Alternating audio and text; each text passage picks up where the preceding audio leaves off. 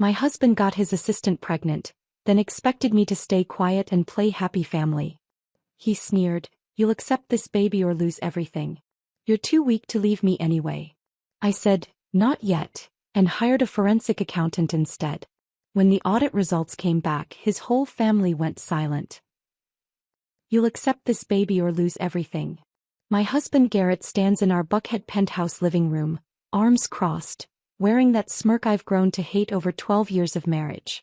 Behind him, his assistant Piper shifts uncomfortably, 6 months pregnant with his child. His mother Eleanor hovers nearby, holding a baby shower invitation she just handed me, cream cardstock announcing a celebration for my husband's mistress. "You're too weak to leave me anyway," Garrett adds, his voice dripping with the same arrogance he uses to crush competitors in boardrooms. The entire Harwick family has assembled for this intervention. His father Monroe by the bar, swirling bourbon. His brother Trent on the sofa, barely hiding his amusement at my humiliation. They expect tears. Begging. Capitulation. Instead, I set down the invitation on our $8,000 glass coffee table and say 2 words that will detonate his entire world. "Not yet." The room goes silent. Garrett's smirk falters. "Before I agree to anything," I continue, my voice steadier than I've heard it in years, "I'm hiring a forensic accountant. Let's see what they find before we discuss my role in your happy family fantasy." I watch panic flicker across Garrett's face, and for the first time in 12 years, I realize I might actually have power in this marriage after all. My name is Sutton Harwick. I'm 41 years old. And this is the story of how I destroyed my husband's empire with 2 words and 1 very thorough audit. But to understand how we got here, to this moment where I finally stopped being the perfect wife and became something far more dangerous, you need to know what the past 12 years looked like. You need to understand the carefully constructed prison I've been living in, and how Garrett built it so slowly I didn't even notice the walls closing in until it was almost too late. I came to Atlanta from Charlotte 12 years ago with nothing but event planning skills and dreams of stability I'd never had growing up. My mother died when I was 23. Cancer that ate through our family's modest savings before it took her. My father remarried within a year to a woman who made it clear his old life, including his 2 daughters, wasn't part of her fresh start.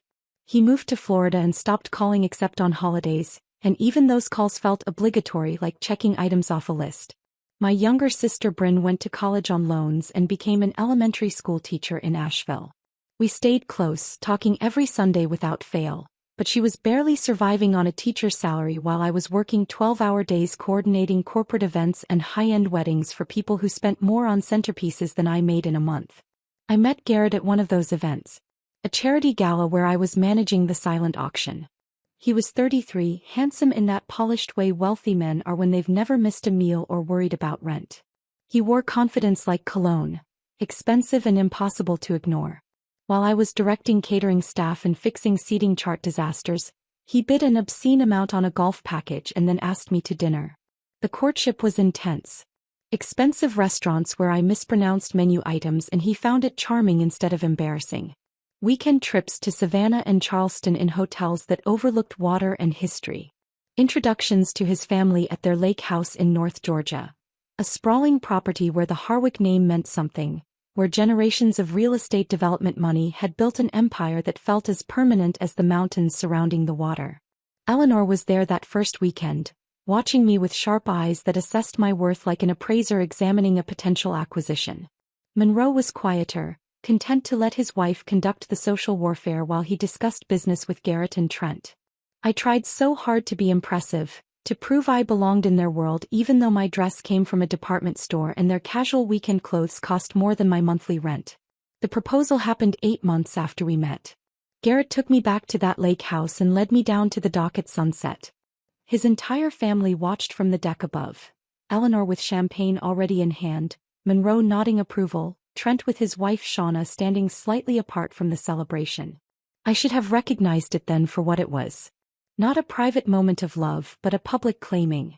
A performance for an audience that would always be watching, always judging, always reminding me that I'd married into something I could never truly belong to. The wedding was an Atlanta social event. 300 guests at the cathedral, reception at the Capital City Club, coverage in Southern Living magazine. I walked down that aisle in a dress Eleanor helped select, Not the one I'd loved, but the one she said was more appropriate for a Harwick bride. My father came, but his new wife didn't. Bryn was my maid of honor, and I remember her squeezing my hand before I walked down the aisle and whispering, "You can still change your mind." I laughed it off. What was I going to do? Leave the most stable thing that had ever happened to me because my sister had a bad feeling? The penthouse became my new reality. 40 floors above Atlanta, floor-to-ceiling windows overlooking a skyline I'd only ever seen from ground level. Furniture I didn't choose. Italian leather sofas Eleanor selected because they complemented the architectural integrity. A glass coffee table Garrett bought specifically because it cost $8,000 and he enjoyed telling people that exact number at dinner parties. Abstract art I didn't understand purchased by an interior designer Eleanor hired without asking my opinion. I stopped working 3 months after the wedding. Garrett suggested it casually over breakfast one morning. "You don't need to coordinate other people's events anymore," he said. "You can focus on our life now." Felt like freedom at first. No more 12-hour days on my feet. No more bridezillas screaming about wrong napkin colors.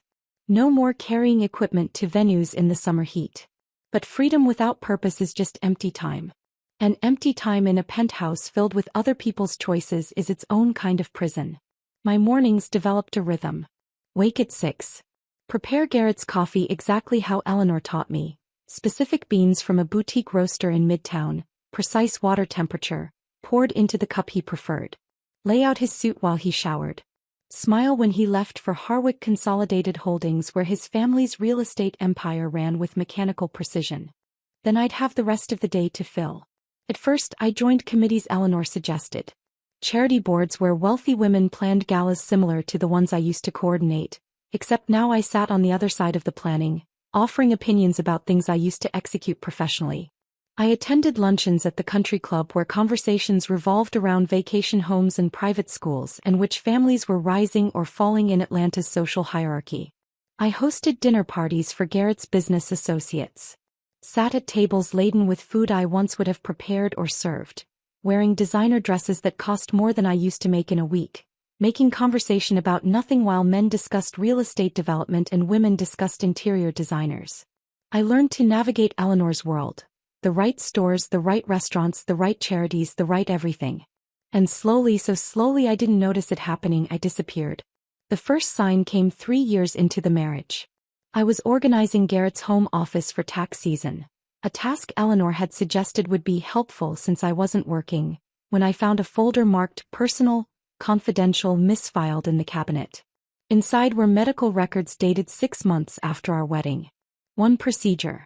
Vasectomy. Successful. Follow-up confirmed 0 sperm count. I stood in that office holding those papers while Atlanta sprawled below our windows, and something inside me broke and hardened simultaneously. Garrett had surgically ensured we'd never have children, then spent 3 years letting his mother blame me for being childless. When I confronted him that evening, he didn't apologize. Didn't pretend guilt or remorse.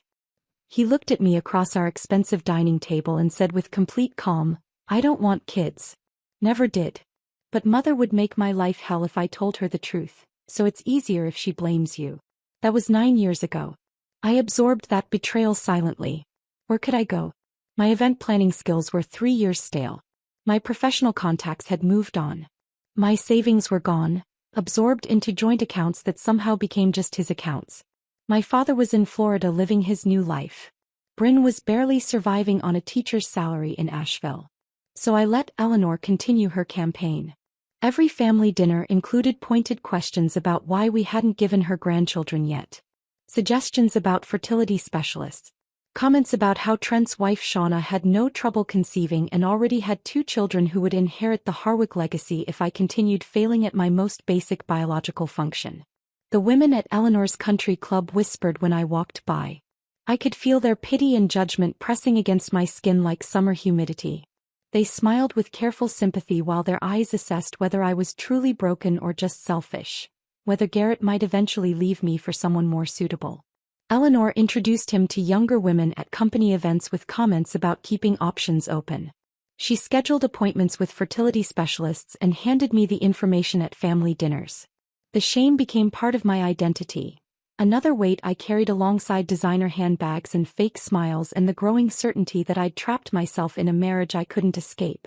3 years ago, the financial isolation began in earnest. The joint credit cards I'd used for groceries and personal expenses suddenly maxed out. When I asked Garrett about it over breakfast, he barely looked up from his phone. Companies reorganizing cash flow. Use the household account from now on. That account held exactly $3,000 monthly. Enough for groceries and gas. Not enough to save. Not enough to leave. Not enough to ever feel independent. Our vacation home in Highlands, the one place I'd actually loved, where mountain air made me feel like I could breathe, was quietly transferred into a Harwick family trust where my name held no legal weight. Investment accounts became inaccessible when passwords changed. Bills stopped coming to our address and started going to Garrett's office. Every asset slowly moved beyond my reach while I smiled at charity luncheons and pretended everything was perfect. I started feeling like a guest in my own life. Someone who could be evicted at any moment with nowhere to go and no resources to land on. 6 months ago, Garrett hired Piper Caldwell as his new executive assistant. 26 years old, fresh from graduate school, bright-eyed in that way people are before Atlanta's corporate world teaches them how power actually works. I met her at a company event.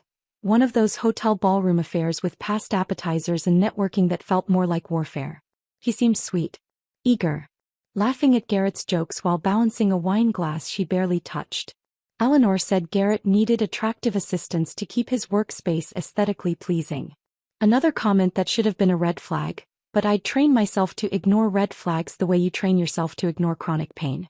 Then Piper started appearing in places Garrett claimed to be going alone.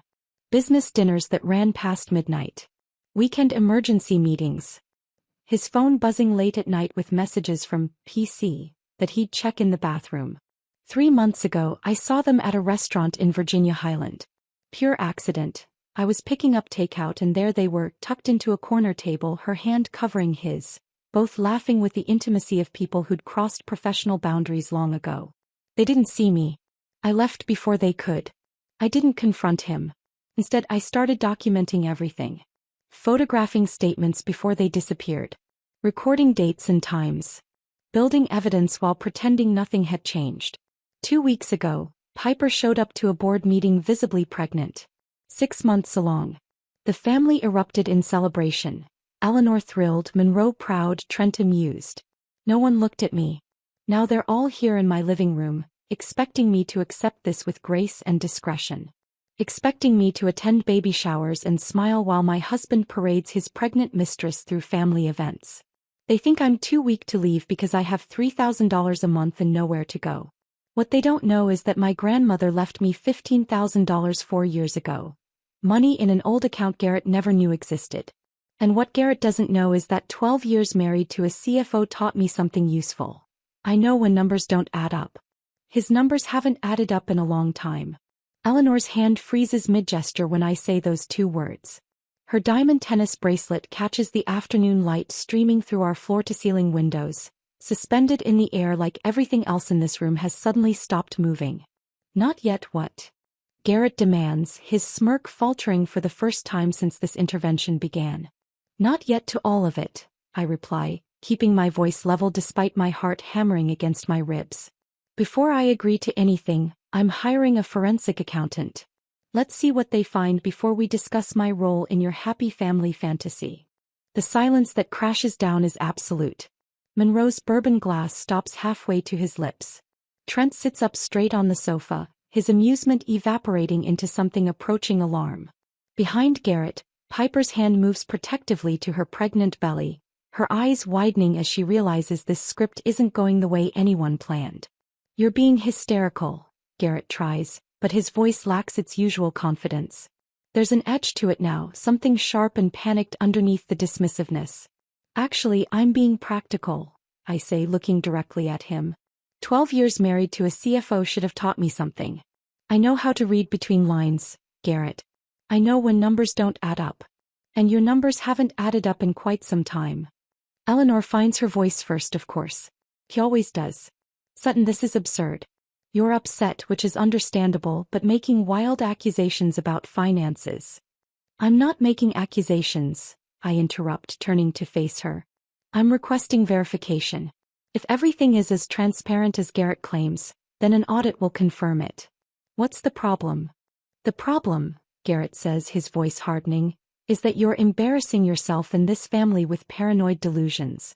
There's nothing to find because there's nothing hidden. I pick up the baby shower invitation from where I set it on the coffee table.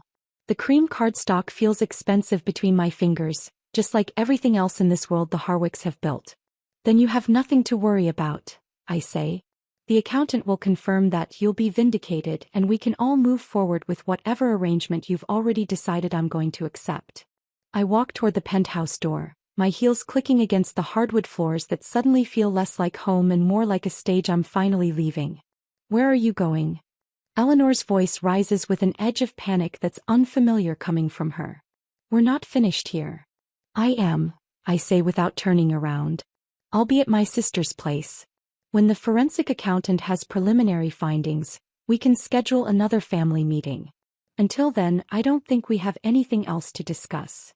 Behind me, I hear Garrett trying to explain to his family that I'm overreacting, that there's nothing to find, that I'm just hurt and lashing out. But his voice carries that fear now, unmistakable to anyone paying attention. Monroe says something I can't quite hear. Trent mutters what sounds like a curse. Eleanor's voice rises in sharp questions I don't stay to answer. I walk out of the penthouse, pull the door closed behind me and stand in the hallway waiting for the elevator. My hands are shaking now that I'm alone. The adrenaline that carried me through that confrontation is starting to fade, replaced by the terrifying reality of what I just did. The elevator arrives. I step inside and watch the numbers descend. 40 floors back to ground level, back to the real world where people don't live in penthouses and don't accept their husbands' pregnant mistresses with grace and discretion. My phone starts buzzing before I reach the parking garage. Garrett calling. I silence it. Then Eleanor. Then a number I don't recognize that's probably Trent. I silence them all and drive toward Decatur where Bryn lives in a one-bedroom apartment that costs less per month than Garrett spends on his car payment. The drive takes 30 minutes in Atlanta traffic. My phone keeps buzzing. Text messages piling up that I don't read. Voicemails I don't listen to. By the time I pull into Bryn's apartment complex, I have 17 missed calls and God knows how many messages. I sit in my car for a moment in the parking lot, watching families come and go from the building. Normal people with normal lives. A woman carrying groceries. A man walking a dog. A couple arguing about something mundane while their kid trails behind them on a scooter. Nobody living 40 floors above reality. Nobody attending baby showers for their husband's pregnant assistant. My phone buzzes again. This time it's Bryn. Are you okay? Eleanor just called me, which is terrifying because she's never called me in 12 years. What happened? I text back. I'm in your parking lot. Can I come up? Her response is immediate. Doors unlocked. I'm making tea. Bryn's apartment is small but comfortable in ways the penthouse never was. Furniture she actually chose. Books stacked on shelves she assembled herself. Photos on the walls of people she loves rather than abstract art purchased by interior designers.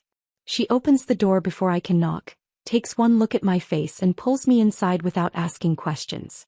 Sit, she says, guiding me to her second-hand couch that's more comfortable than our $8,000 Italian leather sofa. I'm making real tea, not whatever fancy loose-leaf situation Eleanor probably serves. I sink into the cushions and feel something inside me finally break. Not dramatically. Not with huge sobs or hysterics. Just a quiet cracking like ice that's been solid for 12 years finally starting to melt. Eleanor called you? I ask when I can speak. 3 times, Bryn says from her tiny kitchen. Left increasingly frantic voicemails about you having some kind of breakdown and making wild accusations and how I need to talk sense into you as your sister. She appears in the doorway holding 2 mugs. So naturally, I need to hear your version of what happened. I tell her everything. The confrontation. The baby shower invitation. Garrett's smirk and Eleanor's expectations and the entire family assembled like a tribunal designed to break me into compliance. Piper standing there pregnant while they explained how I was supposed to accept this situation with maturity and grace. And then I said I was hiring a forensic accountant. I finish. Just said it. Didn't plan it. The words just came out. Bryn is quiet for a long moment, steam rising from her mug. Then she starts laughing. Not mockingly, with genuine delight. What? I ask. You, she says. God, I wish I'd been there to see their faces. Eleanor must have lost her mind. She tried to tell me I was being hysterical. Of course she did. That's her move. Make you feel crazy for noticing things that are actually happening. Bryn sets down her mug and looks at me seriously. But Sutton, are you actually going to hire someone? Or was that just a power move to get out of the room? I think about that question. About the $15,000 from my grandmother that Garrett doesn't know exists. About 12 years of watching assets move beyond my reach. About medical records that proved Garrett lied about the vasectomy. About $3,000 a month that's kept me trapped. I'm going to hire someone, I say. I already have a name. Maya, remember her from my event planning days? She went through a divorce last year. Told me about a forensic accountant who found millions her husband claimed didn't exist. Bryn pulls out her phone. What's the name? Deirdre Vaughn. She's already typing, pulling up information. She's expensive. Really expensive. Her retainer alone is probably $15,000, I say. I have it. Grandmother's inheritance. Bryn looks up sharply. Garrett doesn't know about that money? It came 4 years ago after we were married. I deposited it in my old account from before the wedding. Never told him about it. Just kept it there like a secret I didn't know I'd need. That's the smartest thing you've ever done, Bryn says. Hey, we're calling her right now. Now. It's almost 5 o'clock. You just told the Harwick family you were hiring a forensic accountant. Garrett's going to spend tonight either hiding evidence or calling his own lawyers or both. You need to move fast. He's right. I know she's right. My phone is still buzzing with calls and texts I'm ignoring. Garrett trying to control the narrative. Eleanor trying to smooth everything over. The family machine already working to contain this situation before it becomes something they can't manage. Bryn finds Deirdre Vaughn's office number and hands me her phone. The worst she can say is her office is closed and you'll have to wait until tomorrow. I take the phone. My hand is shaking slightly as I dial.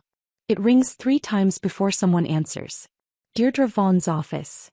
Hi, my name is Sutton Harwick. I need to speak with Ms. Vaughn about hiring her. It's urgent. There's a pause. Ms. Vaughn's office hours end at 5, but if you can hold for a moment I'll check if she's still available. Classical music plays while I wait. Bryn watches me with an expression I can't quite read. Part concern, part pride, part fear for what I'm setting in motion. The music stops. A woman's voice comes on the line, older and direct. This is Deirdre Vaughn. My assistant says you need to speak with me urgently. What's going on? I take a breath. My husband is CFO of his family's real estate company. He's having an affair with his assistant who's pregnant with his child. His family just informed me I'm expected to accept this situation. And I think he's been hiding money. A lot of it. For years. Another pause. Then, how soon can you come in? Tomorrow morning? I have an 8 a.m. opening. Bring every financial document you can access. Bank statements, tax returns, investment accounts, property deeds. Anything with his signature. Can you do that? Yes. Good. And Miss Harwick? Don't tell your husband you're hiring me. Don't tell his family. Don't tell anyone except people you absolutely trust. The element of surprise is your biggest advantage right now. Understood. See you at 8. He hangs up. I hand Bryn her phone back and sit in silence for a moment, processing what I just did. You're staying here tonight, Bryn says. It's not a question. I'll take the couch. You get the bed. Tomorrow morning we'll go to the penthouse when Garrett's at work and get whatever documents you need.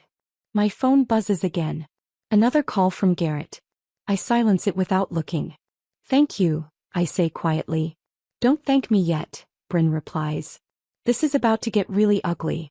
The Harwicks don't lose gracefully. You know that, right? I think about Eleanor's frozen expression. Monroe's stopped glass. The panic in Garrett's voice when he tried to dismiss my threat. I know, I say. But I don't think I can keep being weak. You were never weak, Bryn says firmly. You survived 12 years with those people. That takes strength most people don't have. You're just finally using that strength for yourself instead of them. Outside, the sun is setting over Decatur. Normal people in a normal neighborhood doing normal things. In a few hours I'll try to sleep in my sister's bed while my phone continues buzzing with messages from a family that expected compliance and got rebellion instead. Tomorrow morning, I'll walk into Deirdre Vaughn's office and find out if Garrett's panic was justified. Something tells me it was. I don't sleep that night at Bryn's apartment. I lie in her bed staring at the ceiling while she snores softly on the couch in the next room, and I replay the confrontation over and over in my mind. Eleanor's frozen hand. Monroe's stopped glass. The panic flickering across Garrett's face when I mentioned a forensic accountant. That panic told me everything I needed to know. At 6 a.m. I give up on sleep and find Bryn already awake in her tiny kitchen, making coffee in a French press that probably cost $20 compared to the $200 espresso machine sitting in our penthouse. "You look terrible," she says without preamble. "I feel terrible." "Good. That means you're taking this seriously." She pours coffee into mismatched mugs. "We need to get to the penthouse before Garrett leaves for work. You need documents for your 8 o'clock meeting with Deirdre." The thought of going back there makes my stomach turn. What if he's still home? "Then you tell him you came back to get some clothes. You're staying with me for a few days while you cool off. That's reasonable, right? That's what the perfect wife would do after an emotional confrontation. Take a little space, calm down, come back ready to be compliant." He's right. Playing the role one more time might be exactly what I need to do. We drive separately to Buckhead. Bryn parks on the street while I use the garage, maintaining the appearance of normalcy in case anyone's watching. The elevator ride to the 40th floor feels longer than usual. My key still works in the penthouse door. Of course it does, because why would Garrett think to change the locks on a wife he believes is too weak to leave? The apartment is silent. Garrett's already gone to Harwick Holdings, probably arriving early to do damage control with his family after yesterday's disaster. I stand in the entryway for a moment looking at the expensive furniture I never chose, the art I never liked, the life I built that never actually belonged to me. Then I get to work. Garrett's home office is at the end of the hallway, a room with a view of Atlanta's skyline and a door he usually keeps locked. But I know where he hides the key, taped under his desk drawer, because he's arrogant enough to think I'd never look.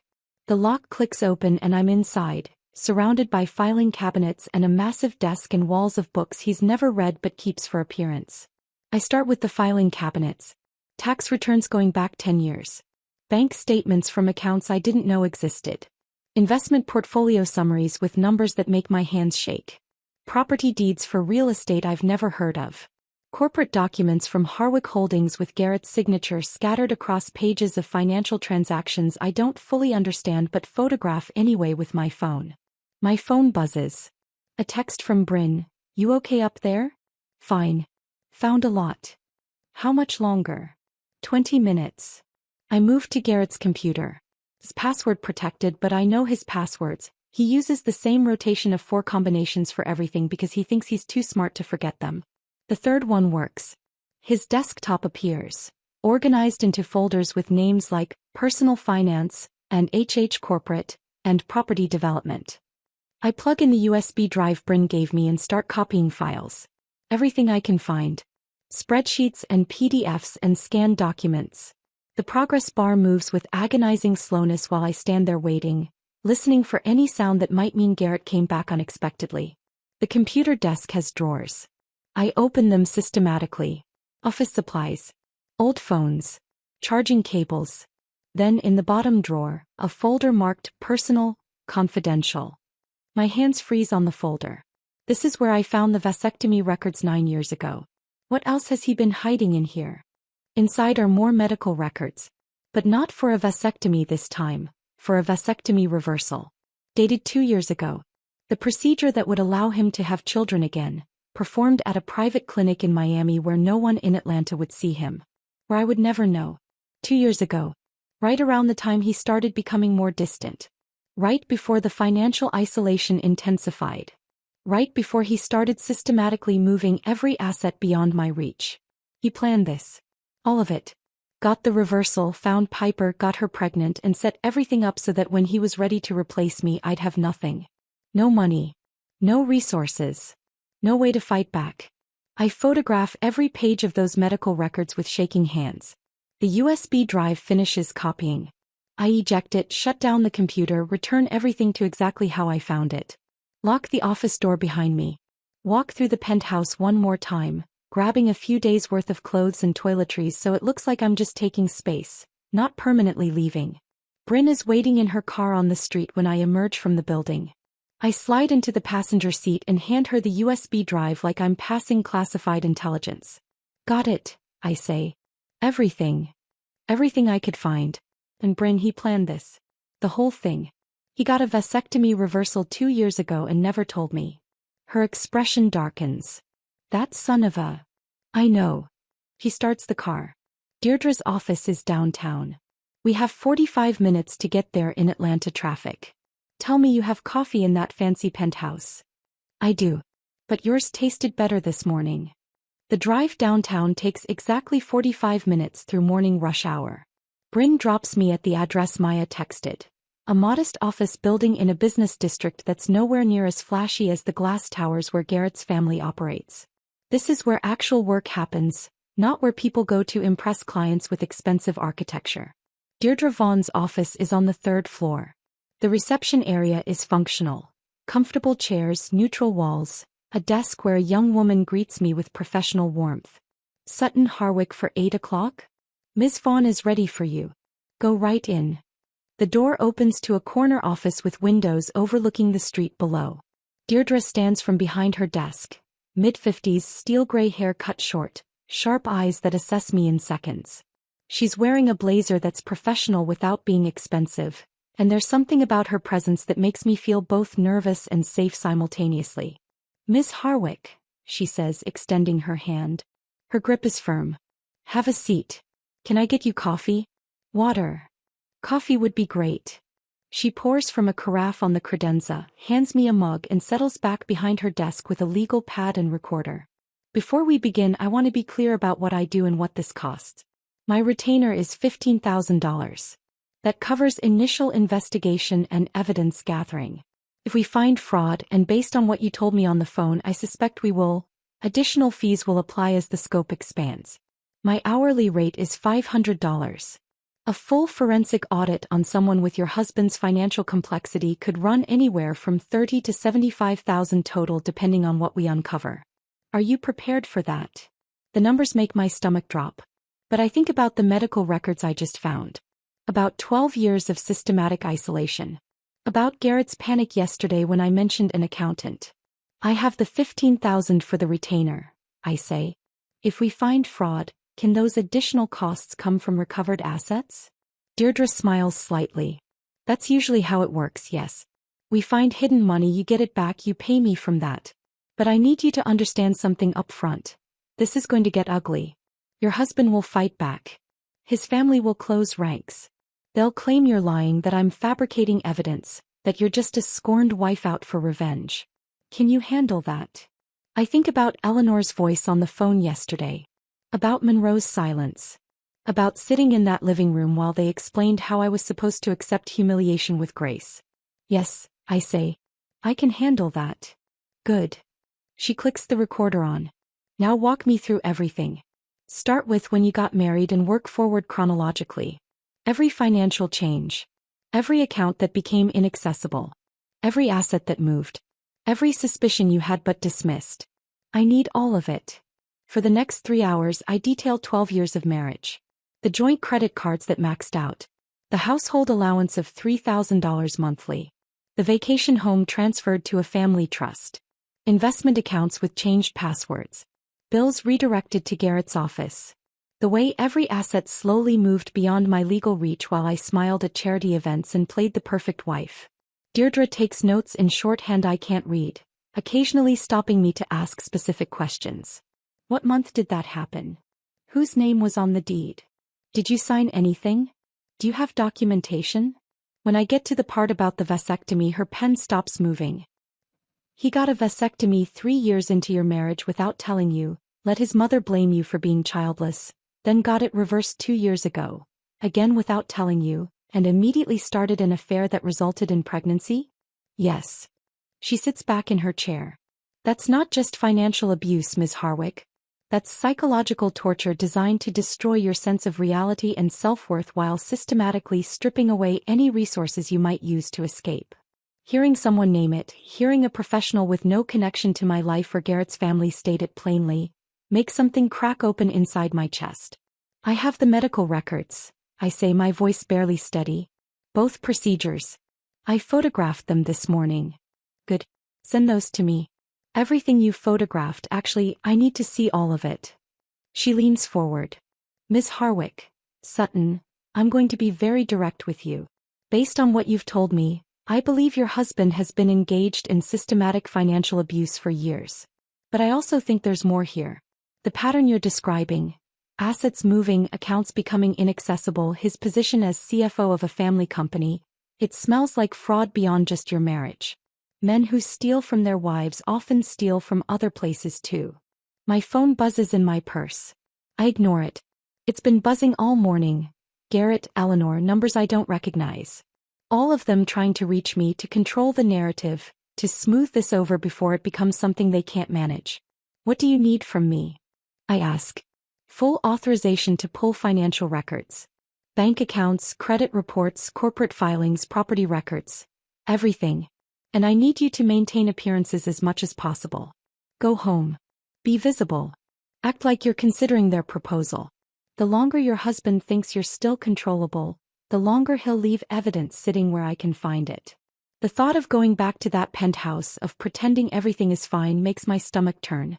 But I understand the strategy. How long will this take? Preliminary findings? 2 weeks. Full audit? 6 to 8 weeks depending on complexity. She pauses. But Sutton, I want you to prepare yourself. If I find what I think I'm going to find, this won't just destroy your marriage. It could destroy his career, his family's company, possibly land him in prison. Are you ready for that level of consequence? I think about the baby shower invitation. About Eleanor's glee. About Garrett's smirk when he told me I was too weak to leave. About 12 years of being made to feel small and broken and insufficient. Yes, I say. I'm ready. I sign the authorization forms in Deirdre's office, my signature looking shakier than I'd like on the legal documents that will give her access to everything. Bank records. Credit reports. Corporate filings. Property deeds. Every financial thread of Garrett's life that she can legally pull. 2 weeks for preliminary findings, Deirdre says as I stand to leave. Maybe sooner if what I suspect is there. Keep your phone on. And Sutton, be careful going home. Don't let on that anything's changed. The drive back to Buckhead feels surreal. I'm heading back to the penthouse to play the role of the compliant wife while a forensic accountant I just paid $15,000 tears apart my husband's financial life looking for fraud. The cognitive dissonance makes my head hurt. Garrett's car isn't in the garage when I arrive. Good.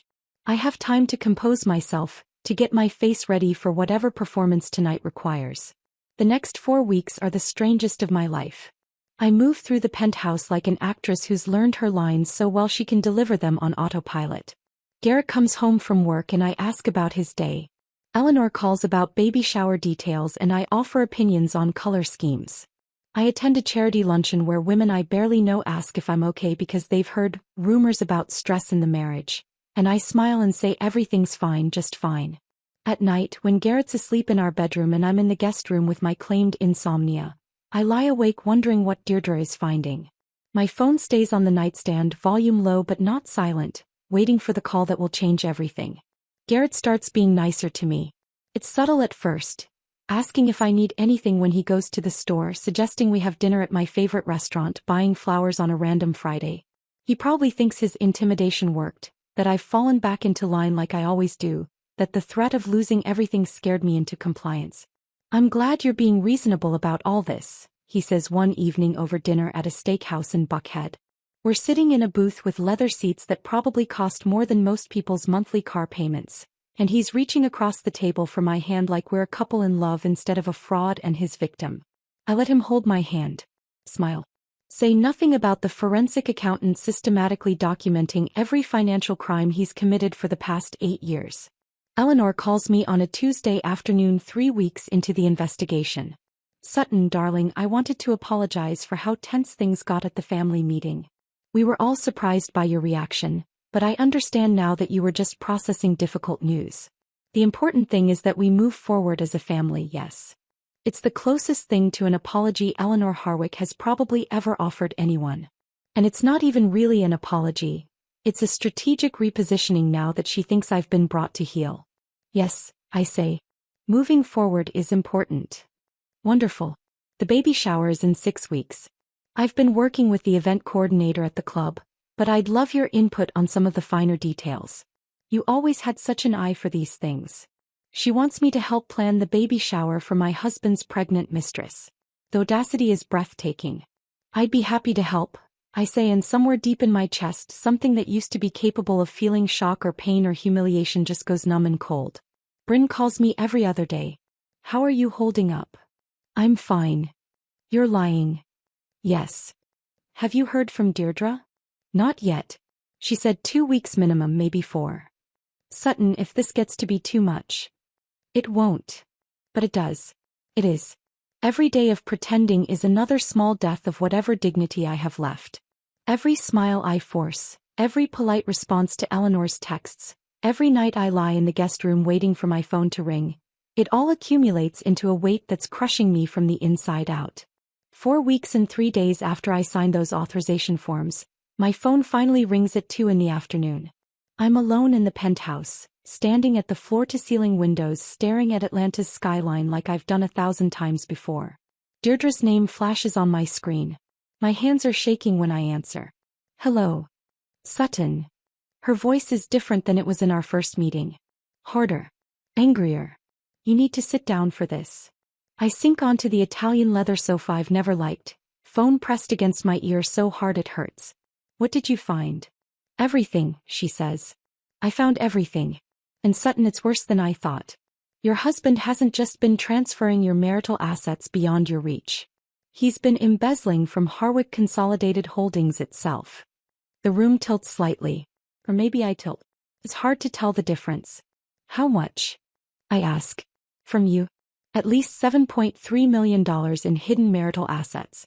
Money that should be joint property, but he's moved into accounts and shell companies you have no access to. She pauses. From his family's company?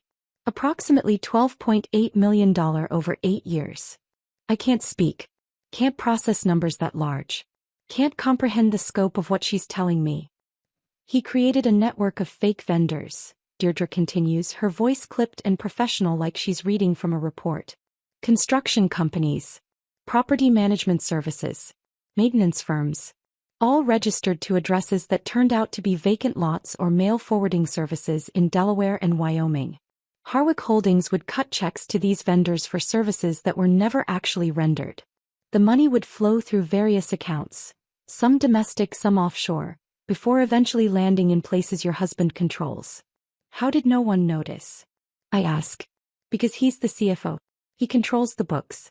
He approves the payments. And he's been careful to keep individual transactions small enough that they don't trigger automatic audits. A few thousand here, 10,000 there. Over 8 years it adds up to millions, but month to month it just looks like normal business expenses. My mind is racing trying to keep up. What about real estate? You mentioned inflated property values. That was the clever part, Deirdre says, and there's grudging professional respect in her voice even as she's describing fraud. He'd arrange for Harwick Holdings to purchase a property, say a commercial building for $2 million. But in the company books, it would be recorded at $2.8 million. The difference would be justified through inflated appraisals from appraisers who were probably getting kickbacks. That extra $800,000 would disappear into accounts your husband controlled. And over 8 years. Exactly. Dozens of properties. Hundreds of thousands here, $1 million there. It accumulates fast. I think about Monroe's pride in the company his father built. About Eleanor's obsession with the Harwick legacy. About family dinners where they'd discuss real estate development like it was a sacred calling passed down through generations. They don't know, I say. Monroe and Eleanor. They have no idea. No, Deirdre confirms. Based on everything I've found, your husband has been operating completely independently. The fraud is sophisticated enough that it wouldn't show up in standard audits. You'd need someone specifically looking for it to find it. Someone like you. Someone exactly like me. There's a pause. I can hear her breathing on the other end of the line, waiting for me to process this. There's more, she says finally. About Piper Caldwell. My stomach clenches. What about her?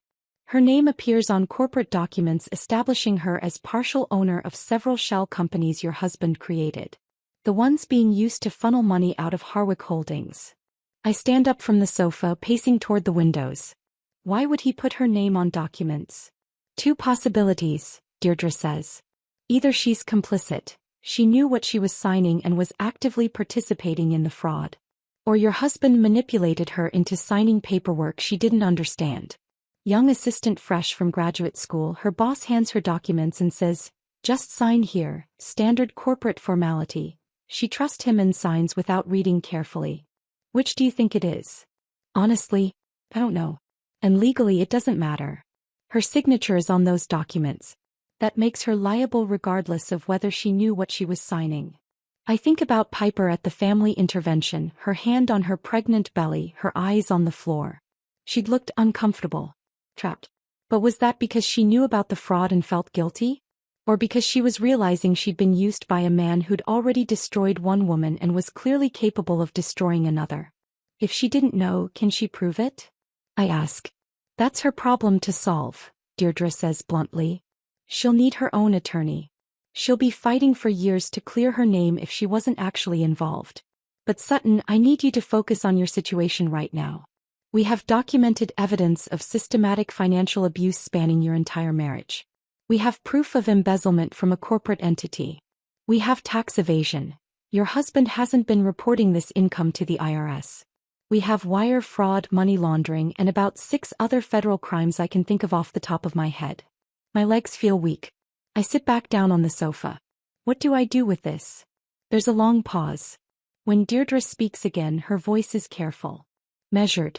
That depends, Sutton. What do you want? I don't understand. Do you want a divorce settlement? Or do you want justice? The question hangs in the air between us. I can hear the difference in those two options, the weight of what she's really asking. Explain the difference, I say. A divorce settlement means we use this information as leverage. We go to Garrett's attorney, or he gets one if he doesn't have one yet, and we say, here's what we found, here's what we can prove. Now let's negotiate a settlement that gives you everything you're entitled to plus damages for financial abuse. You walk away with money.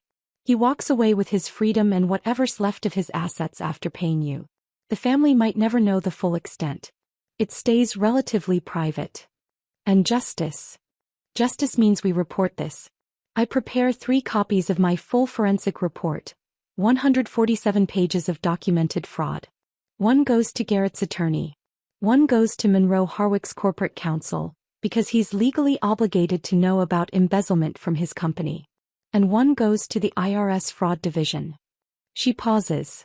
That option destroys him, Sutton. His family will know everything. Law enforcement will investigate. This becomes public record eventually. He'll face federal charges. Prison time. But you'll still get your settlement. Probably more actually, because the prenup becomes completely unenforceable given the systematic fraud.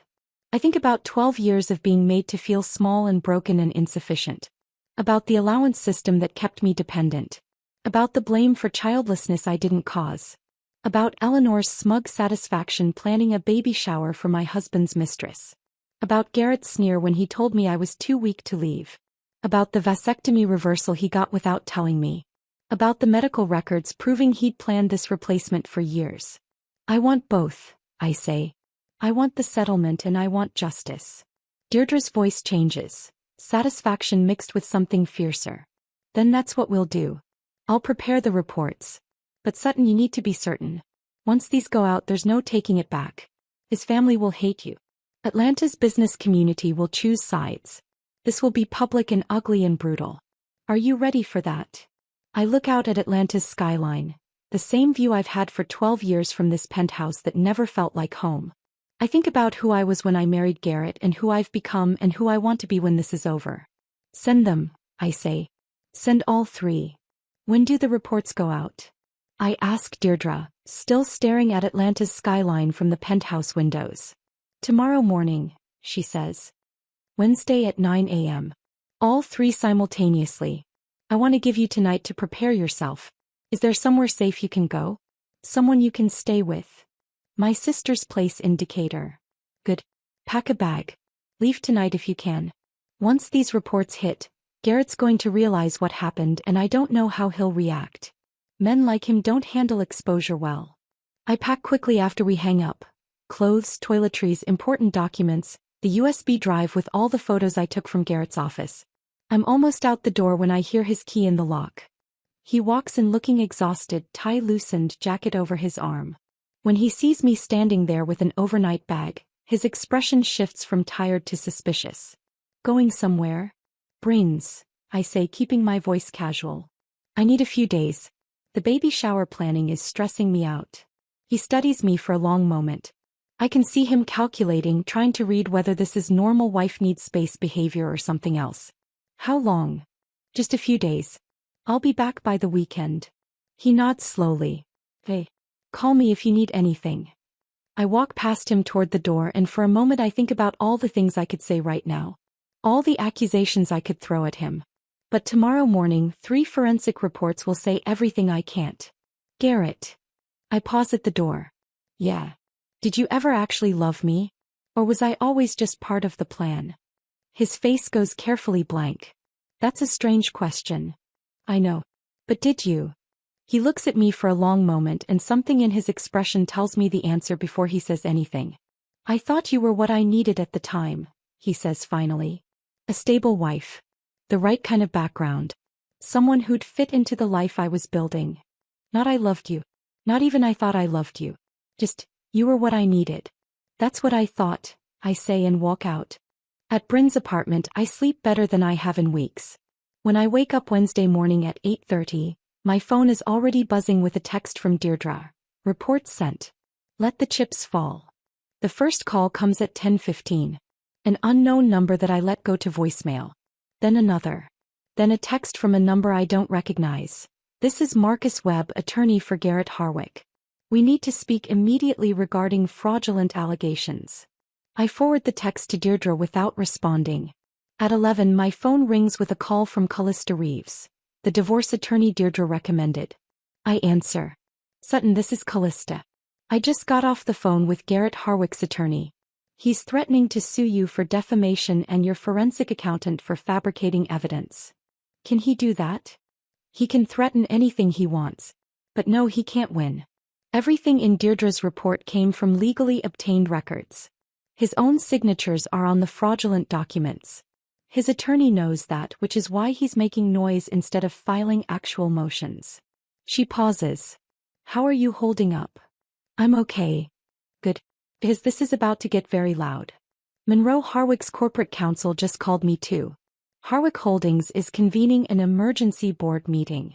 They're suspending Garrett pending investigation. My stomach flips. Already. They have no choice. If they try to cover this up, they become accessories to fraud. They have to distance the company from Garrett's actions and cooperate with authorities to show they didn't know about it. Her voice softens slightly. This is good news for you, Sutton. It means they're taking the allegations seriously. It means Deirdre's report is ironclad. We talk for another 15 minutes about strategy and next steps. When I hang up, Bryn is standing in her kitchen doorway watching me. It's really happening, I say. Yeah. It really is. The news breaks online first. Atlanta Business Chronicle runs the story at 2 p.m. Harwick Holdings CFO suspended amid fraud investigation. They don't have details yet, but the headline is enough to send shockwaves through Atlanta's business community. My phone explodes. Texts from people I haven't heard from in years. Old colleagues from my event planning days. Women from Eleanor's charity committees. Even my father calls from Florida. The first time I've heard from him in 8 months. I ignore most of them. Answer a few from people who were genuinely kind to me over the years. Let everyone else wonder. At 3:30, Garrett calls from a number I don't have blocked. I answer without thinking. What did you do? His voice is shaking with rage. What the hell did you do, Sutton? I hired a forensic accountant like I said I would. You had no right. I had every right. You've been stealing from me for 12 years. Stealing from your own family's company. Did you really think I wouldn't find out? That report is fabricated. My attorney is going to. Your attorney is going to do nothing because every word in that report is documented fact. Your signatures are on those documents, Garrett. Your accounts received that money. You created those shell companies. My voice is calmer than I feel. You told me I was too weak to leave you. You were wrong. He's silent for a moment. When he speaks again, his voice has changed. Less angry, more calculating. Hey, you made your point. You got my attention. Now let's talk settlement. What do you want? We're past settlement, Garrett. I already sent the report to the IRS. Another silence. Longer this time. You what? The IRS Fraud Division received a full copy of the forensic audit this morning. So did Monroe's corporate counsel. So did your attorney. This isn't about divorce settlement anymore. This is about federal crimes. You destroyed me, he says, his voice barely a whisper. You destroyed everything. No, I say. You destroyed everything. I just documented it. I hang up and block that number too. That night, federal agents show up at Harwick Holdings with warrants. Bryn's neighbor who works in the building across the street texts me a photo. 3 people in windbreakers carrying boxes out of the office while security guards watch. The local news picks it up by 6 p.m. All the Atlanta stations lead with the story. Prominent Atlanta real estate family under federal investigation. They still don't name Garrett specifically, but they show footage of Harwick Holdings headquarters, of Monroe and Eleanor's lake house, of the Capital City Club where the family has been members for generations. My phone rings. Eleanor.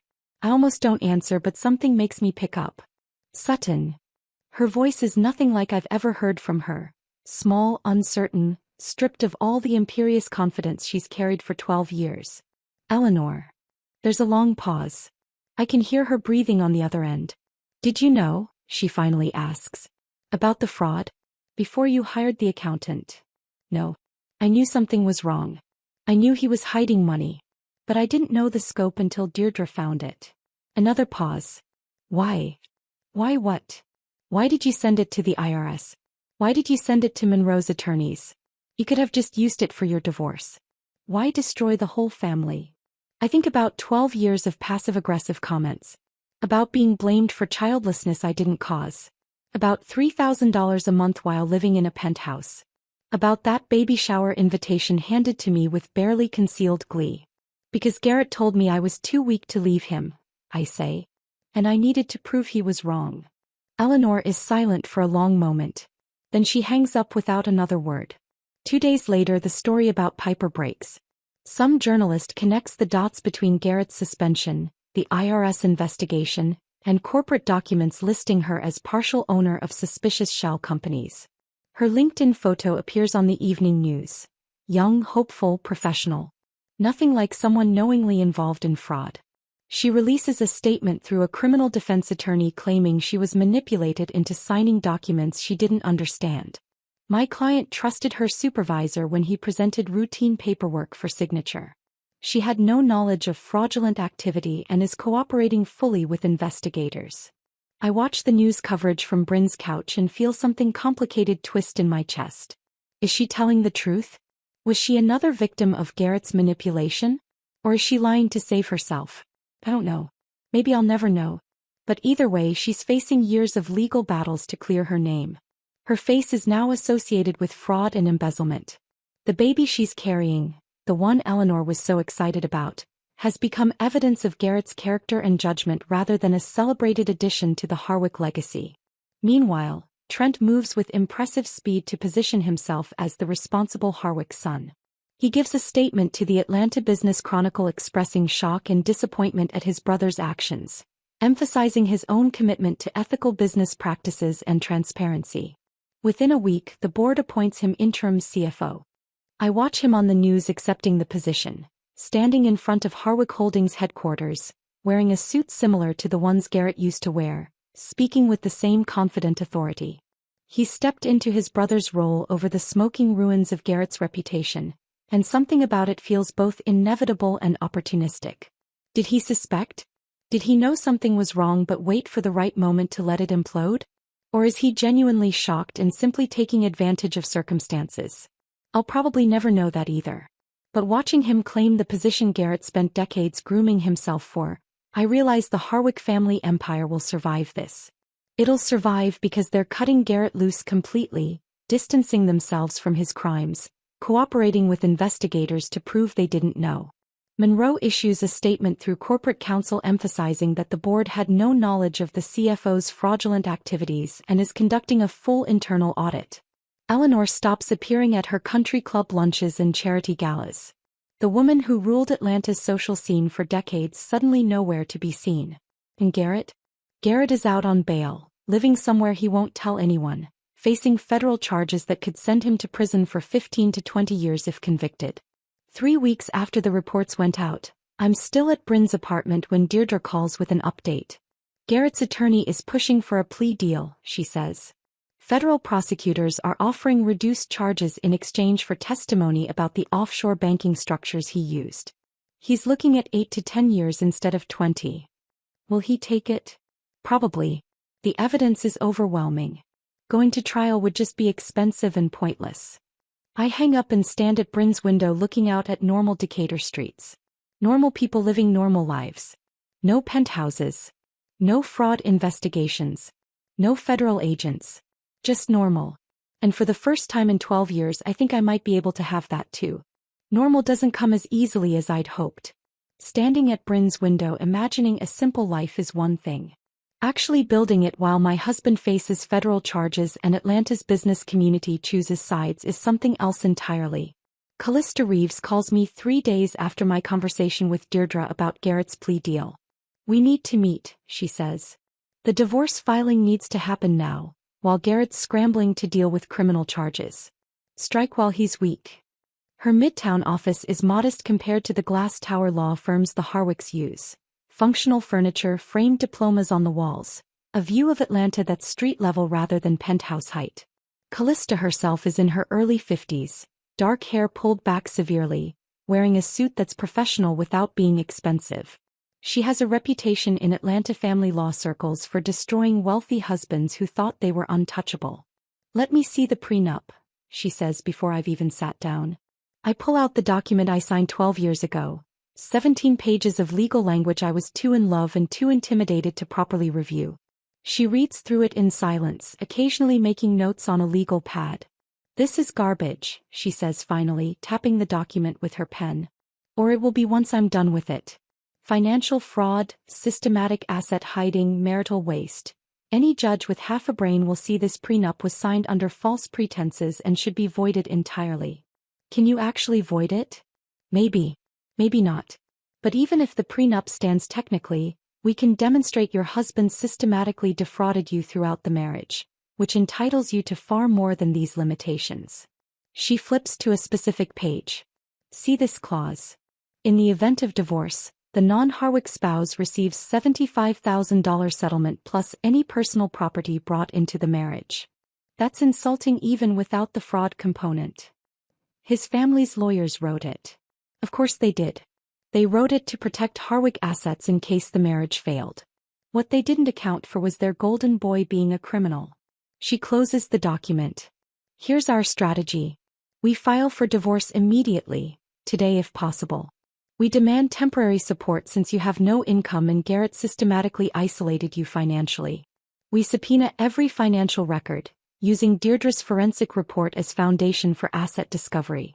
And we argue you're entitled to half of all marital assets including those he fraudulently hid, plus damages for financial abuse. How much are we talking about?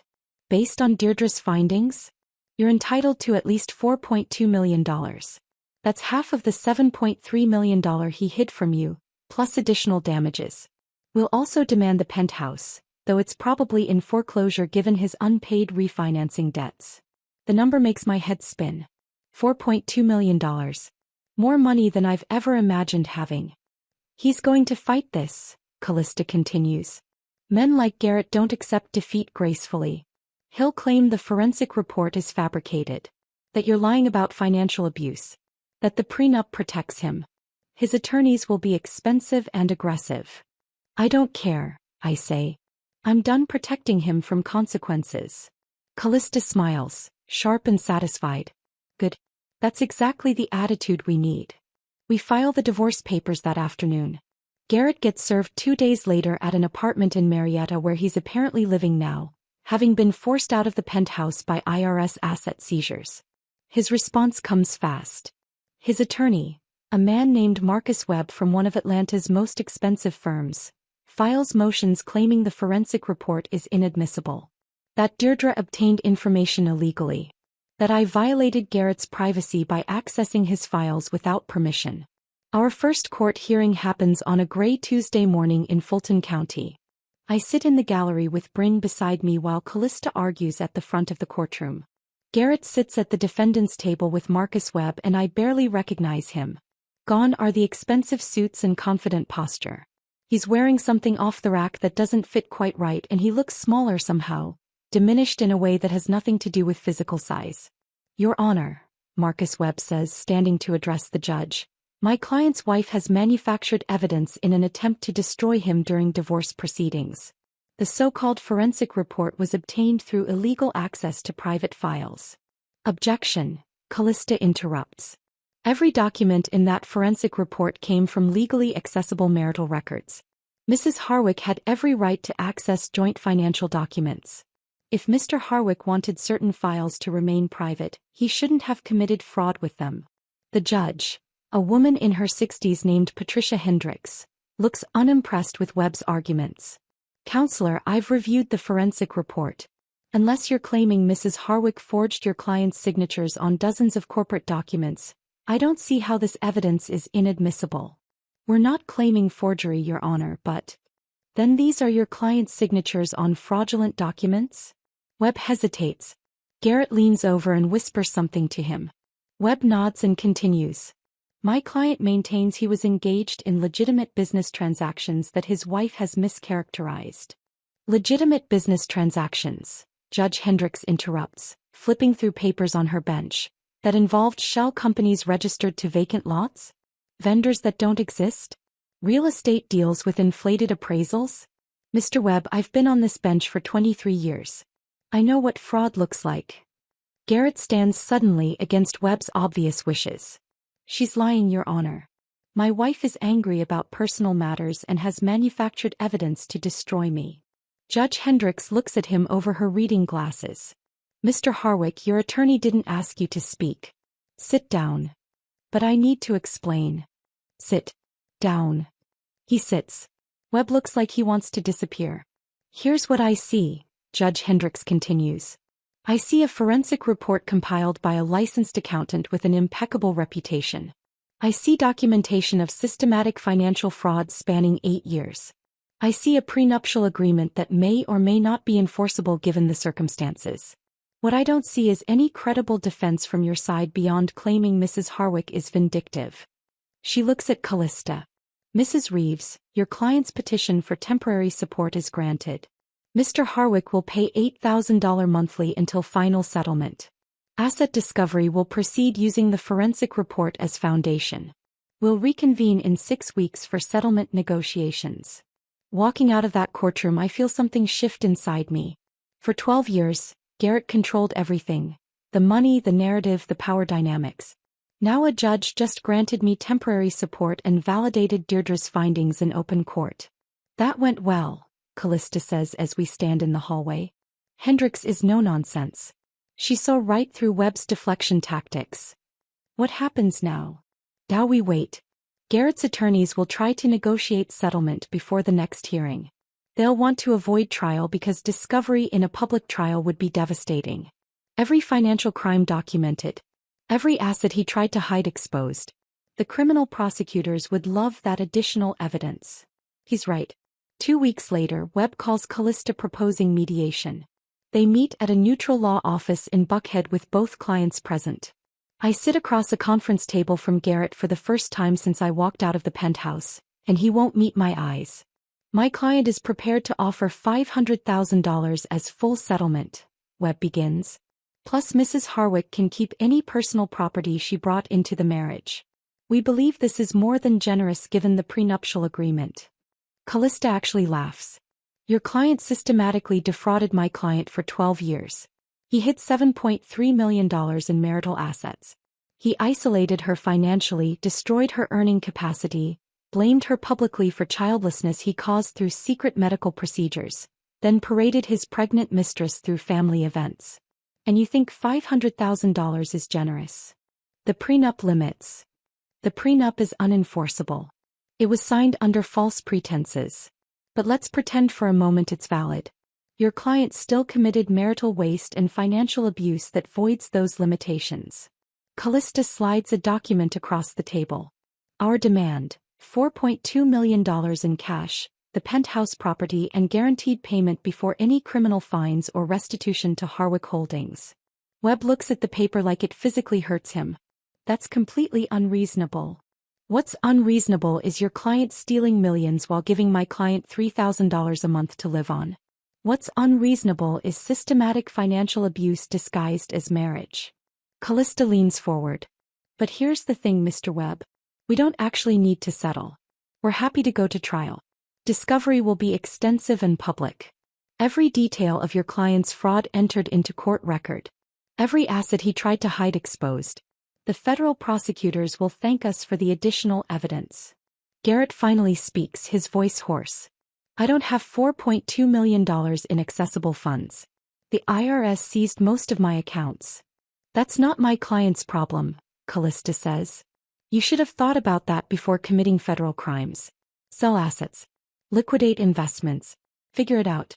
But my client gets paid first. Before the IRS, before Harwick Holdings restitution, before your legal fees. That's non-negotiable. The mediation ends without resolution. We try again 2 weeks later. Then again.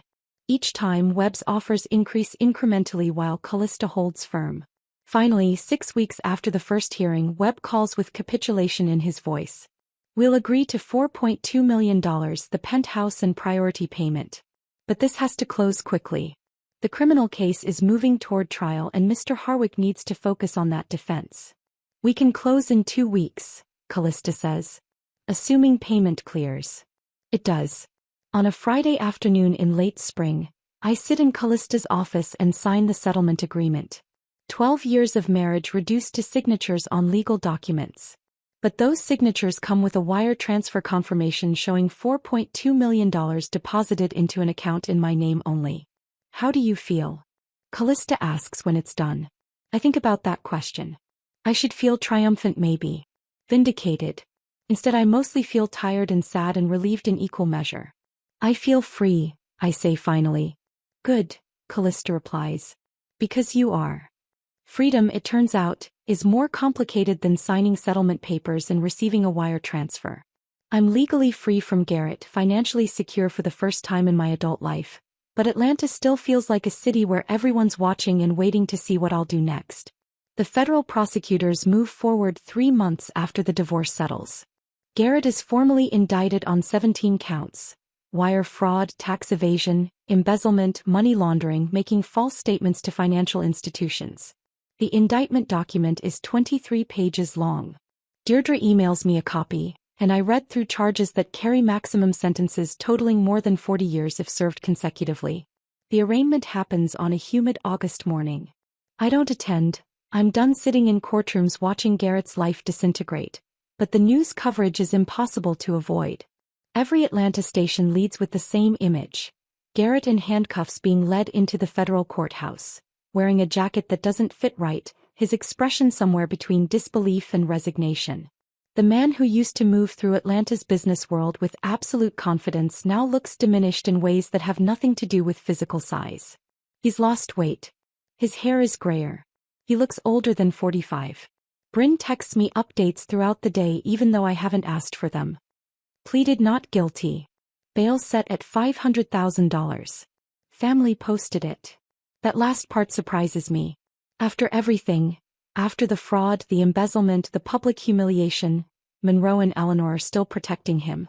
Still believing their son deserves one more chance to make this right. Or maybe they're just protecting the Harwick name. Keeping Garrett out of jail long enough to negotiate a plea deal that might reduce the public spectacle. 2 weeks later, that protection evaporates. Monroe and Eleanor release a statement through their attorney that gets picked up by every business publication in Georgia.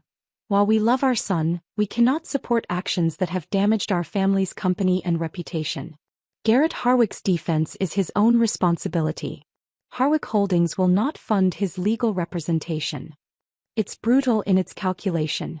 They're cutting him loose completely, distancing the family from his crimes, demonstrating to prosecutors and the public that they're not covering up for a criminal, preserving whatever remains of the Harwick legacy. But it also means Garrett faces 17 federal counts with whatever legal defense he can afford from his own rapidly diminishing assets. Most of his accessible money went to my settlement. The IRS seized other accounts pending restitution calculations. What's left isn't enough to retain the kind of high-powered criminal defense team that might actually help him. I'm having coffee with Maya at a place in Virginia Highland when the statement breaks.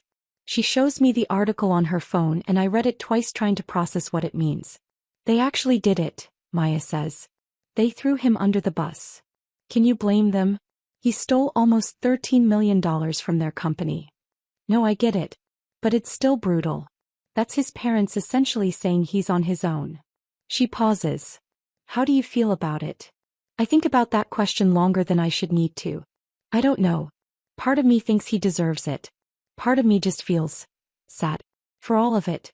The whole situation. That's more generous than he deserves. Maybe. But watching someone's entire life collapse, even someone who systematically abused you for 12 years, doesn't feel as satisfying as I thought it would. Eleanor never calls me again after that statement. I hear through various channels that she's essentially disappeared from Atlanta social life. No country club lunches. No charity galas. No committee meetings where wealthy women plan events while drinking wine at 2 in the afternoon. The woman who ruled those circles for decades is suddenly nowhere to be seen, too humiliated to face the whispers and judgment from women who were her friends when the Harwick name meant something impressive rather than scandalous. Monroe has a minor stroke in September. Nothing life-threatening but serious enough that he steps back from active leadership of Harwick Holdings. Trent takes over fully, no longer interim but actual CFO, stepping into the role his brother spent decades preparing for and destroying in less than a year. The irony isn't lost on anyone in Atlanta's business community. October brings news I'm not expecting. Piper gives birth to a daughter on a Tuesday afternoon. I'm at a coffee shop in Midtown when Bryn calls. Did you see? She asks without preamble. See what? Piper had the baby. It's on the news. I pull up the Atlanta Journal-Constitution on my phone. The article is brief, just a few paragraphs noting that Piper Caldwell, the assistant connected to the Harwick Holdings fraud investigation, gave birth to a daughter.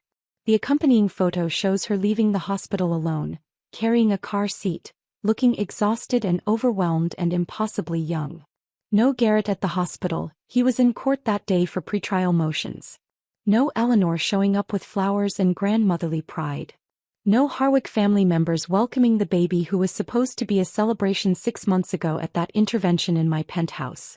Piper's attorney releases yet another statement emphasizing she's not romantically involved with Garrett and is raising her daughter independently. Whether that's choice or necessity, the article doesn't say. I stare at that photo for a long time. This girl, and she looks like a girl in that picture, not a woman, is now a single mother with a newborn, potential criminal charges hanging over her, her name permanently linked to fraud and embezzlement, her child's father facing prison. You still there? Bryn asks. Yeah. I'm here. How do you feel? I don't know. Sad for the baby, I guess. She didn't ask for any of this. Neither did you. True. But I'm 41 with a $4.2 million settlement and the skills to rebuild my life. That baby is being raised by a 26-year-old whose career prospects just got destroyed and whose child support will come from a man in federal prison. Maya calls me later that week. I saw Piper at a support group for single mothers, she says. She looks completely lost. Like she still can't process what happened to her life. Is she okay? Define okay. She's functioning. Taking care of the baby. But she looks like she's aged 10 years and 6 months. After we hang up, I sit in my new townhouse. Modest but comfortable furniture I actually chose, walls I painted colors I like, and think about the different ways Garrett destroyed people. Me through systematic financial abuse and psychological manipulation. Piper through whatever combination of seduction and exploitation got her pregnant and signing corporate documents she may or may not have understood. His own family through embezzlement that damaged their company and reputation. And now a baby who'll grow up knowing her father went to prison for fraud. By December, Garrett's attorneys are negotiating a plea deal. Deirdre keeps me updated even though I don't ask. She seems to take professional satisfaction in tracking the case to its conclusion. Prosecutors offered a deal, she tells me over the phone one afternoon. Plead guilty to reduce charges, testify about the offshore banking structures, cooperate in recovering hidden assets. 8 to 10 years instead of 40. Will he take it? He'd be stupid not to. The evidence is overwhelming. Going to trial would just be expensive and pointless. His attorneys are advising him to take the deal. When does he have to decide? End of year. If he doesn't accept by then, trial date is set for January. 8 to 10 years. I try to imagine Garrett in federal prison for a decade. Try to picture him at 55, released into a world where the Harwick name is ruined and his professional reputation is destroyed. Where does someone go after that? What kind of life exists on the other side of that much public failure? You okay? Deirdre asks when I'm quiet too long. Just processing. This is what you wanted, Sutton. Justice. Consequences. Him facing the reality of what he did. I know. It's a lot. It is. But remember, he chose this. Every fraudulent transaction. Every lie. Every dollar he stole. Those were all choices he made. You just documented them. He's right. I know she's right. But knowing someone deserves consequences doesn't make watching those consequences play out feel simple or clean or satisfying. The week before Christmas, news breaks that Garrett accepted the plea deal. 8 years in federal prison. Restitution to Harwick Holdings. Cooperation with ongoing investigations. Sentencing scheduled for February. I'm wrapping presents at my kitchen table when Bryn texts me the article. I read it twice, set my phone down and go back to wrapping a scarf I bought for my sister. My phone rings. Unknown number. I almost don't answer, but something makes me pick up. Sutton. Garrett's voice. I haven't heard it in months. I wanted you to know I took the plea deal. 8 years. It's done. I don't know what to say. Don't know why he's calling me. I know you hate me, he continues when I don't respond. I know you have every right to. But I need you to understand something. I never meant for it to get this out of control. It started small and just spiraled. And by the time I realized how bad it was, I was in too deep. Garrett. I'm not asking for forgiveness. I just needed to say it. That I'm sorry. For all of it. The vasectomy. The financial control. Piper. Everything. The apology lands hollow and too late. Hey, I say. That's it? Just okay. What do you want me to say? That I forgive you? That 8 years is too harsh? I don't know what you're looking for here. He's quiet for a long moment. I guess I don't either. You were right. You were too strong for me. I thought I could control you forever, but you destroyed me instead. You destroyed yourself, Garrett. I just refused to go down with you. He hangs up without saying goodbye. I sit at my kitchen table with half-wrapped presents and my phone silent in my hand, and I realize that conversation was probably the last one we'll ever have. The last words between us before he disappears into federal prison for 8 years while I build a life that's finally, completely mine. It doesn't feel triumphant. It doesn't feel satisfying. It just feels finished. And maybe that's enough. Maybe that's enough. The thought stays with me as I finish wrapping presents at my kitchen table, as I clean up the paper scraps and ribbons, as I pour myself a glass of wine and sit by the window watching December darkness settle over Midtown. Finished. That's what Garrett's phone call gave me. Not closure exactly, but a sense that the story between us has reached its final page. He'll disappear into federal prison for 8 years. I'll build a life he'll never be part of. And maybe that's enough. The townhouse I bought with settlement money is nothing like the Buckhead penthouse. 2 bedrooms instead of 4. Hardwood floors instead of marble. Windows that look out at Freedom Park and normal Atlanta streets rather than the skyline from 40 floors up. But it's mine in ways that penthouse never was. I spent weeks painting walls colors I actually liked. Soft blue in the bedroom, warm gray in the living room, pale yellow in the kitchen that catches morning light. I bought furniture from actual stores instead of having Eleanor's interior designer select everything. The couch is comfortable rather than expensive. The coffee table cost $200 instead of $8,000. The art on my walls is from local artists whose work I saw at festivals. Not abstract pieces purchased to impress dinner guests. Bryn helped me move in back in October, the two of us carrying boxes upstairs while she made jokes about how much lighter I seemed without Garrett's emotional baggage weighing me down. She wasn't wrong. "How does it feel?" she'd asked that first night, sitting on my new couch eating pizza from paper plates because I hadn't unpacked the dishes yet. "Like breathing for the first time in 12 years, I'd said. And I meant it. Now it's late December and I've been living here for 2 months. Learning the rhythms of my neighborhood. Finding the best coffee shop 3 blocks away. Discovering the walking trail around Freedom Park.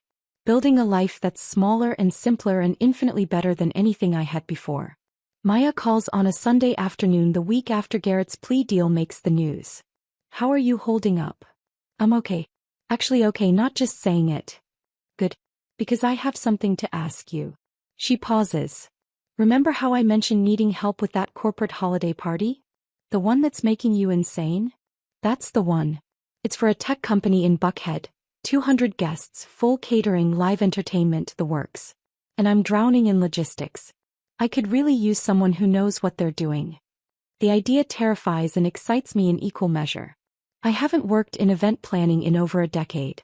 Haven't coordinated anything more complicated than my own dinner parties for Garrett's business associates. Haven't used those skills professionally since before I got married. I don't know, Maya. It's been so long. Which is why it's part-time to start. Help me with this one event. If it goes well, we'll talk about the next one. No pressure. Part-time. One event. I can do that. Hey, I say. When do we start? Tomorrow morning. My office. 9 a.m. Bring coffee and prepare to make 1,000 decisions about centerpieces. The work is harder than I remembered and more satisfying than I'd hoped. Maya's office is a small space in Virginia Highland. 2 rooms, a bathroom, a closet full of samples and supplies. We spend hours on the phone with vendors, reviewing floor plans, negotiating contracts, solving problems as they arise. I'd forgotten how much I loved this. The puzzle of fitting all the pieces together. The satisfaction when a difficult vendor finally agrees to our terms. The creative challenge of making something beautiful within budget constraints. The holiday party happens on a Friday night in mid-December. 200 guests in a Buckhead hotel ballroom that took us 3 days to transform into a winter wonderland. Ice sculptures. String quartet. Catered menu that took weeks to finalize. I wear a simple black dress and comfortable heels, moving through the event, checking details, solving problems, making sure everything runs smoothly. "You're good at this," Maya says during a quiet moment near the end of the night. "Like you never stopped. It feels good to be useful again." "You were always useful, Sutton. You just spent 12 years being useful to the wrong person." The client is thrilled. Sends Maya an email the next morning praising every detail. Asks if we're available for their spring investor meeting. "What do you think?" Maya asks when she forwards me the email. "Want to make this a regular thing?" I think about my settlement money sitting safely invested. About the fact that I don't need to work for financial reasons. But I also think about how purposeful I felt at that party, how alive, how much like myself in ways I haven't felt since before I married Garrett. "Yes," I say. "I want to make this a regular thing." Christmas week brings unexpected snow to Atlanta. Rare and brief, but enough to blanket the city in quiet white for a few hours. I'm making coffee in my kitchen when Bryn texts, "Look outside." The park across from my townhouse is transformed. Families building snowmen. Dogs running through drifts. Kids having snowball fights. Normal life happening in ways that feel miraculous after everything. Bryn comes over that afternoon and we sit by my window watching the snow with mugs of hot chocolate like we're kids again. "You seem different," she observes. "Lighter." I feel lighter. Good different or scary different? Both maybe. Good mostly. I pause. "I got a call from Shauna last week. Trent's wife." Bryn raises her eyebrows. What did she want? To apologize. For not saying anything when she knew something was wrong in my marriage. We talked for almost an hour about the family dynamics, about how toxic everything was. And it was actually helpful. To hear someone else name what I experienced. To know I wasn't imagining it. We're quiet for a moment watching snow fall. "Are you going to his sentencing?" Bryn asks. "Garrett's." "No. I don't need to see that. It's done." "How do you feel about it?" The plea deal. 8 years. I think about that question for a long time. I feel like he chose this. Every fraudulent transaction. Every lie. Every dollar he stole. Those were choices he made. I just documented them. But it's still a lot. A decade of someone's life. His career over. His family fractured. All of it. He was going to do the same thing to you, Bryn reminds me gently. Destroy your life and walk away.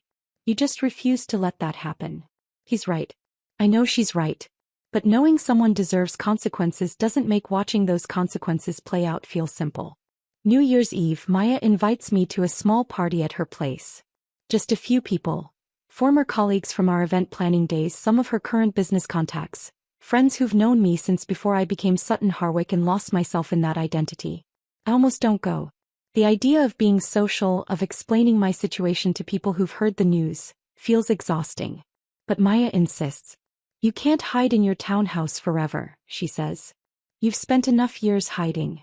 So I go. Wear a dress I bought myself. Drive to her apartment in Decatur. Walk into a room full of people who greet me with genuine warmth rather than the careful politeness I experienced in Eleanor's world. Sutton. Someone I used to work with pulls me into a hug. We've been following everything in the news. Are you okay? I'm getting there. We talk about event planning, about life changes, about Atlanta's business scene. No one asks invasive questions about the divorce or the fraud. They just treat me like a person, not a scandal. At midnight we count down together and toast the new year. Standing on Maya's balcony with a glass of champagne, watching fireworks over Atlanta, I realize this is the first New Year's in 13 years that I'm not standing beside Garrett at some formal event, playing the role of the perfect wife. This year I'm just myself. And that feels revolutionary. February comes before I'm ready. Garrett's sentencing is scheduled for the first week. I don't attend, but Deirdre calls me afterward with the details. 8 years federal prison. Restitution to Harwick Holdings. 5 years supervised release after that. It's done. How did he look? Resigned. Like he'd accepted it finally. She pauses. How are you doing? I'm good. Actually good. That's what I like to hear. After we hang up, I sit in my townhouse. My space, my furniture, my life. And process what that sentencing means. Garrett will be 53 when he's released. His career destroyed. His family fractured. His reputation permanently damaged. And I'll be 49. With a business I'm building with Maya. With financial security. With a life that's entirely, completely, undeniably mine. The revenge I orchestrated wasn't loud or dramatic. It was 2 words, not yet. Followed by one strategic hire who followed the money and found the truth. But those 2 words dismantled an empire. Sent a man who thought himself untouchable to federal prison. Freed me from 12 years of systematic abuse disguised as marriage. Sometimes the most powerful revenge isn't confrontation or scandal. Sometimes it's simply refusing to be the fool they need you to be. Sometimes justice is hiring the right professional to examine the numbers and letting those numbers tell the story your husband spent years hiding. Sometimes freedom is saying not yet when everyone expects you to accept what you don't deserve, and having the courage to follow through no matter the cost. Garrett was right about one thing. I was too weak to leave him. But I was strong enough to destroy him instead. And now, sitting in my townhouse on a February evening with event contracts on my coffee table and my sister arriving soon for dinner, I realize I've become strong enough to build something better than I ever imagined during those penthouse years. Not just revenge. Not just justice. But a life that's finally, completely, undeniably mine. And that, I decide, pouring wine and checking the lasagna in my oven, is more than enough. It's everything. If this story of strategic justice had you holding your breath, hit that like button right now. My favorite part was when Sutton said, "Not yet," and watched Garrett's smirk finally crack. What was your favorite moment? Drop it in the comments below.